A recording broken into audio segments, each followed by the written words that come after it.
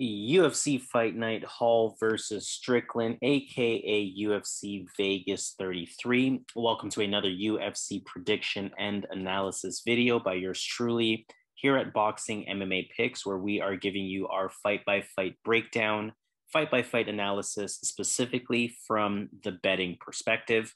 Here to let you know which fights are worth the value, which fights you want to avoid, which underdog or two you want to consider for this card. And if you stick around to the end of the video, you may even get a little bit of parlay action as well. Now, if you have listened to our prelims already, you will know that it is Harris flying solo this week. Zan will be back next week. If you have not watched our prelim video yet, press pause. Go ahead and watch that video and then come back and return to this one. As usual, we appreciate all of that algorithmic stuff in advance. Subscribe to the channel. Press the thumbs up on this video, hit that notification bell as well, and make sure that you do participate in the comments. Pretty busy card, as mentioned on our prelim video. The main card, a little bit more tamed. We have just 6 fights on the main card. So I am going to get right to work with fight number 1, Bryan Barberena taking on Jason Witt. If I'm looking at this fight, this is a fight that I want to avoid at all costs. I am going to say Bryan Barberena minus 270 is outrageous, to be completely honest with you. Terrible odds, definitely not something I want to be betting on. But to break down these fighters, Bryan Barberena, his last fight was a win versus Anthony Ivey. That was back in September 2020. Hasn't really been the most active fighter in general. Introduced as a striker in the ring. 10 of his 15 wins are via KO, TKO. So definitely look for him to have that pop on the feet. He is a southpaw, as we see listed there. Fights from the center of the octagon. But he is a somewhat basic fighter with decent takedown defense. That's really all I see from Bryan Barberena. Kind of one of those basic strikers, march you down, have some pop, going to look to hurt you, going to look to end the fight. And again, we see 66% of his wins come from KO, TKO. So that could very much be a possibility here. Jason Witt, on the other hand, he's coming off of a loss. That was back in March to Matthew Semelsberger. He's going to try to go to his wrestling right away in terms of his style. Also a BJJ brown belt. So definitely has that wrestling and grappling combination. It could be overwhelming for people that don't have that takedown defense or that don't have a ground game in general. But his stand-up is not really the best, right? He'll show you some decent movement around the ring. He'll show you some switch stance. He'll throw in some kicks. Punches are a bit looping one at a time. Not really too impressed with that stand-up here. Ultimately, we have that classic clash of styles, right? Wrestler versus striker. And I will say, based on the odds, definitely a trap fight. Like I said, this is not something that you want to include in parlays. This is not something that you want to be betting on at all, period. What I will say is Barberena, decent takedown defense on paper, 60%.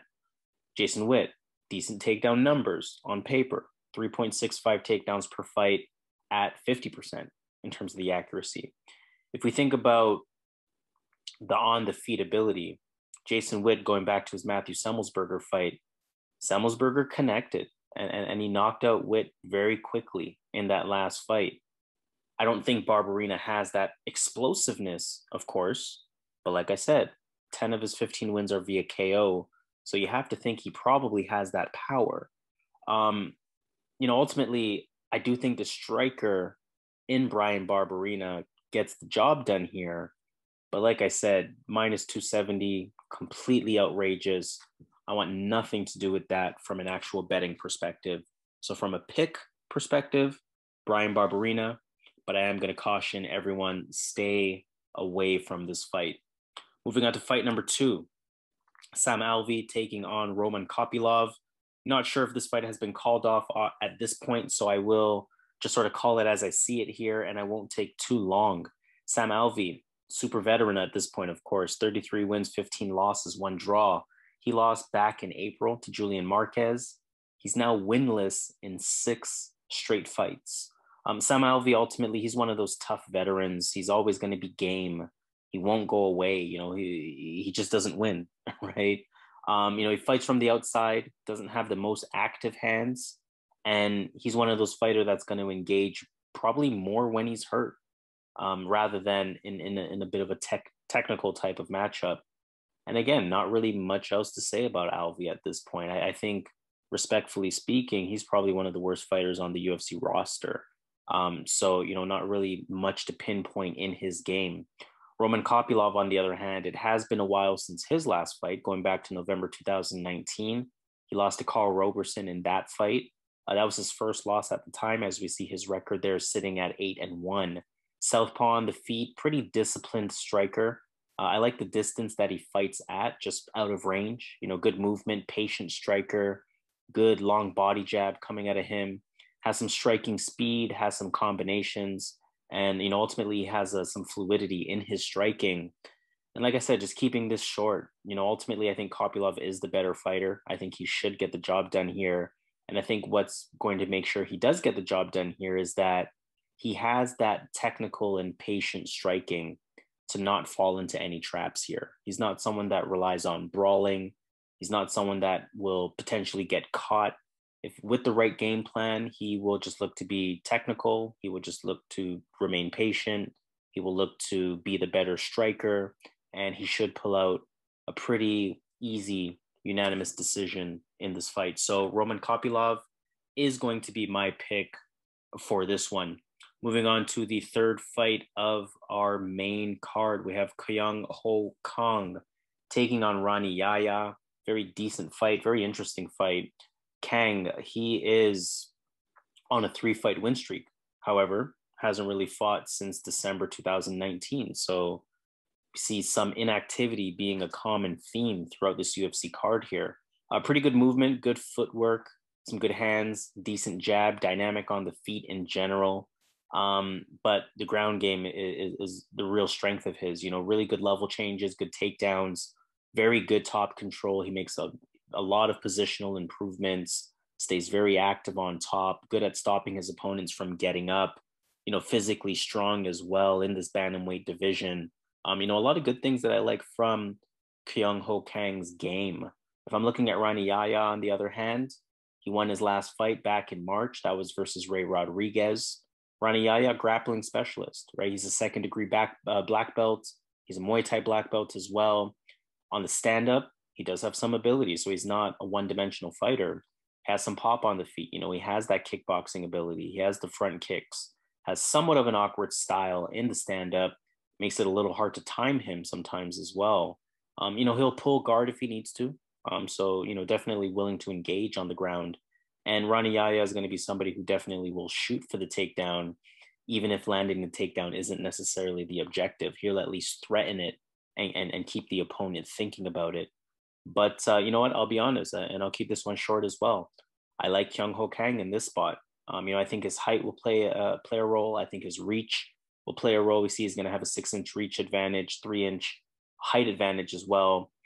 I think he may physically be the stronger fighter. You just see he's more of a physical specimen compared to Rani Yahya.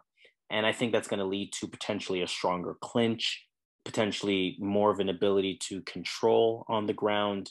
And, I see that a physical factor playing a role in this fight as well. So I'm not too mad at these odds. We know it's pretty close on paper, but I do really like Kyung Kang in this spot.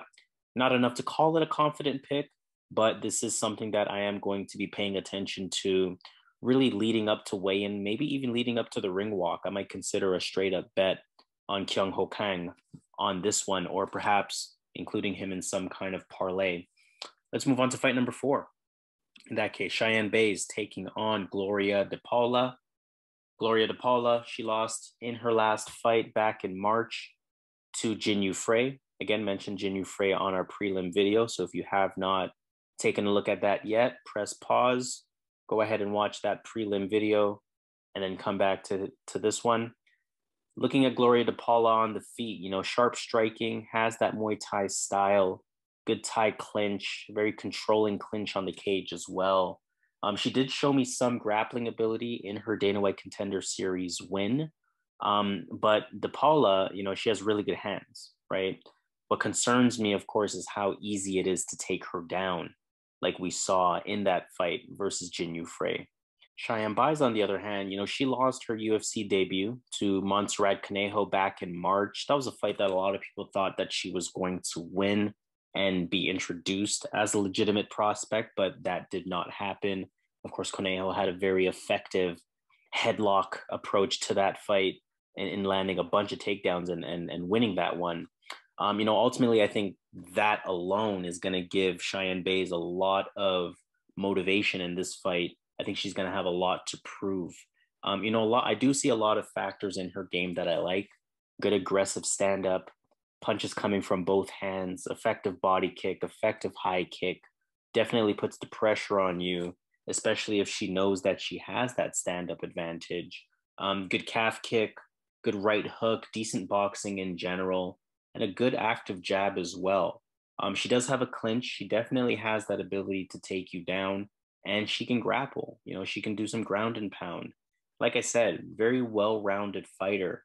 Although she didn't have the UFC debut that she was looking for, I'm not going to take away from her game. I think she has good IQ. I think she has a high skill.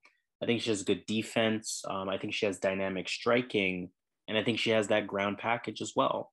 If I'm looking at Gloria to Paula, again, she has those holes in her game.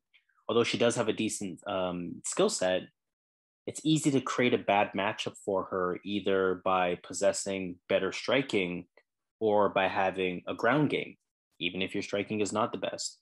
So there are a lot of paths to beating Gloria de Paula. She's a decent fighter, but a very beatable fighter. We see her record there at 5 wins and 3 losses.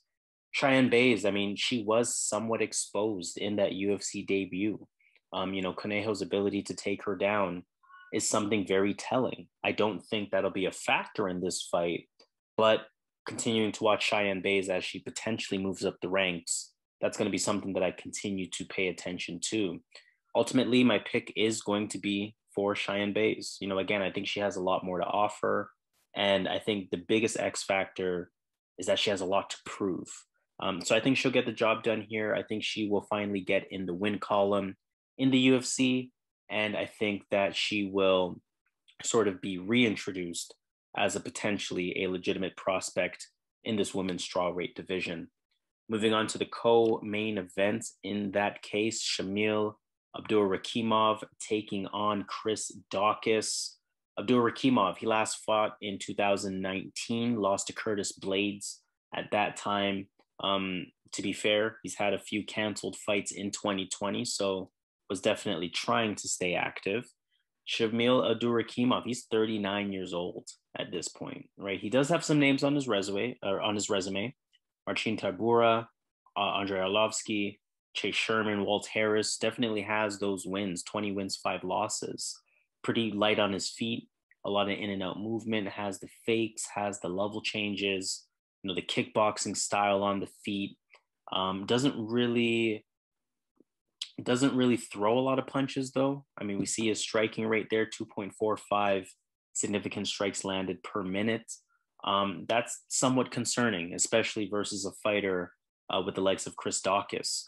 Abdurakhimov, he can land some takedowns though, right? Although the numbers aren't the best, 1.23 takedowns per fight, just 24% accuracy. I'm not going to call it a strength of his per se, but that is an additional layer to his game that could maybe play a factor in this fight. Chris Daukaus, on the other hand, he beat Alexei Olenek in his last fight. That was back in February. He's on a 4-fight win streak at this point, standing at 11-3. Looking at his 11 wins, 9 of them are via KO TKO. So you definitely have to respect his power, even though he is a smaller heavyweight, sitting well below that 265 limit, coming in at 234 pounds in his last fight. It is always interesting to note his size, since he is a smaller heavyweight. 3 fights ago, 241 pounds. 2 fights ago, 227 pounds. Last fight, 234. So a little bit unpredictable from that perspective, but again, he's almost always going to be the smaller heavyweight from a weight perspective. But solid hands, right? Amazing hand speed for the division, very accurate in the punches, very active in the punches. We see a high amount of significant strikes landed per minute. Pretty technically sound too. And again, he has that power with most of his wins coming via KO, TKO. Before his last fight versus Olenek, I haven't really seen Daukaus's ground game get tested. And, I didn't really know how he would do against a higher level of competition. After the Olenek fight, I have to say, I was pretty satisfied. He didn't really allow Olenek to take him down, didn't really expose himself to any sneaky submission situations either. So I was pretty satisfied with the ground game defense that I saw from Chris Daukaus. So I think that will be sort of a no factor here in terms of what Shamil Abdurakhimov is able to do. From a prediction standpoint, I'll keep this one short. I like Daukaus here. I think he'll hurt Abdurakhimov. I think he'll actually finish the fight. I can see him winning via finish, so I'm very curious to see what those odds are. But if I'm just picking a winner, minus 190, I'm not even too mad at that either. The only caution I would throw here is the typical at Boxing MMA Picks. One of our main cautions that we have is the heavyweight beware. Anything can happen in this heavyweight division. But I will say if these two fighters were to fight 10 times, I'm picking Chris Daukaus 9 of those times at the very least. So I think he gets the job done. I feel pretty confident in his ability to do so. And again, wouldn't be surprised if he lands the finish in this fight. So let's move on then to the main event of the evening. We have Uriah Hall taking on Sean Strickland. Again, interesting main event. I wouldn't quite say top tier main event, but these are two fighters in the middleweight division who are right around that top 10. I think Uriah Hall is sitting at number 9. I think Sean Strickland is sitting at number 11, if I'm not mistaken. We know Uriah Hall is coming off of that win versus Chris Weidman back in April. We know what happened in that one. Nasty leg injury that Weidman suffered. 4-fight win streak now for Uriah Hall.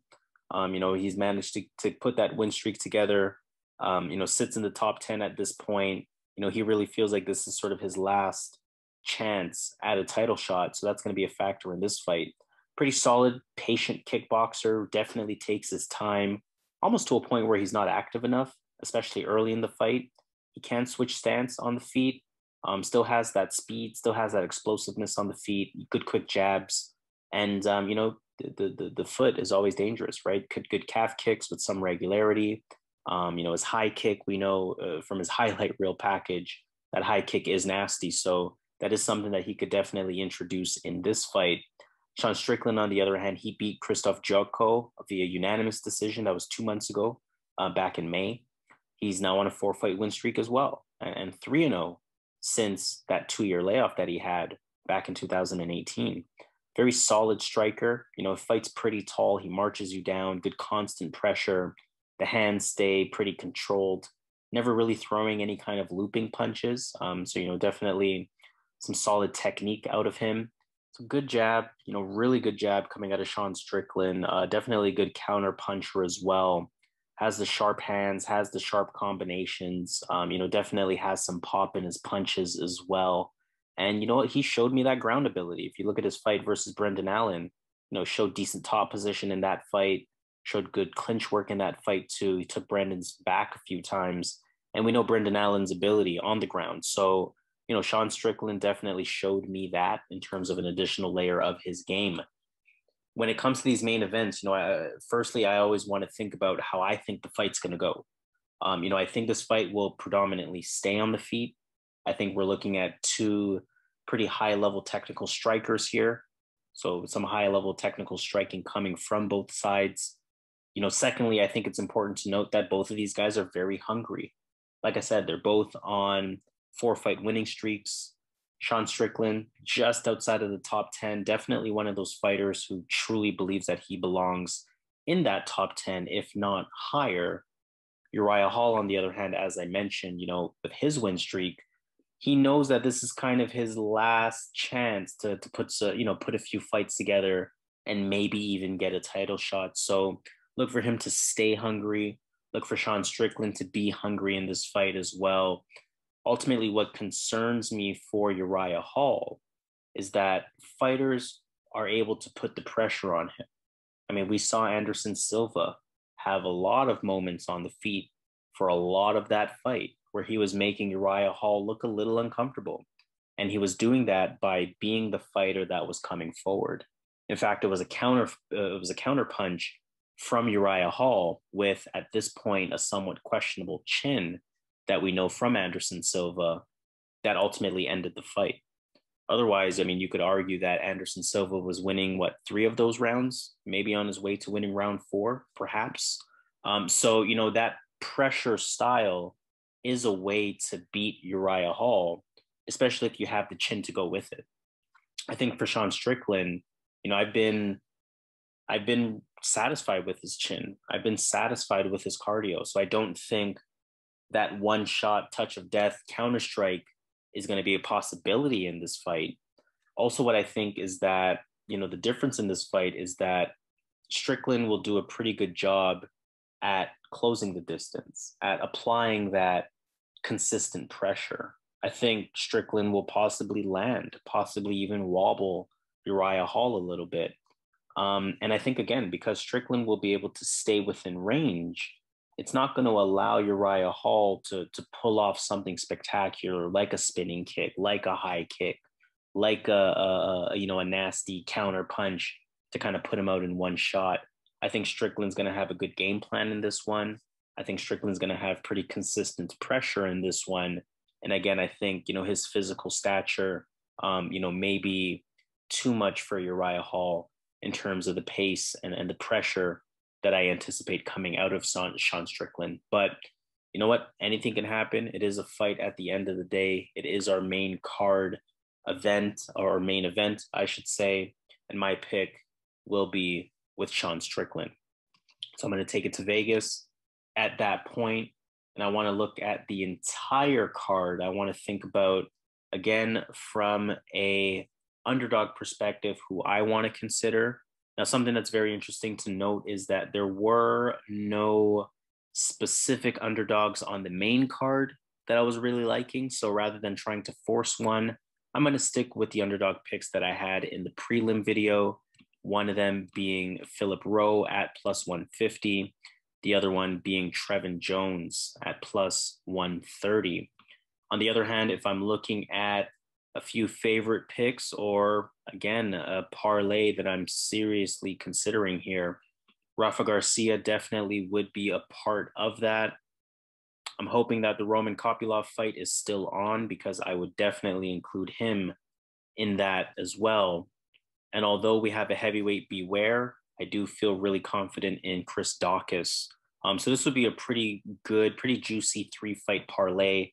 Plus 192, $100 will return $292. And for our bigger bettors, $250 will return $731. So signing off on that note by mentioning again, all of that algorithmic stuff. Subscribe to the channel at Boxingmmapicks. Like this video. Press the notification bell so you definitely get notified when our videos come out. And most importantly, participate in the comments. We want to hear from you. Which underdog picks are you considering throughout the card? Which parlay picks are you considering putting together for your shot at winning some money? And as usual, we would definitely be more than happy to give you some additional insight, additional analysis on your specific parlay. So on that note, this has been, again, the UFC Fight Night, Hall versus Strickland, aka UFC Vegas 33 main card prediction video. I go by the name of Harris, representing solo today, representing Boxing MMA Picks. And in our usual fashion, let's get this money.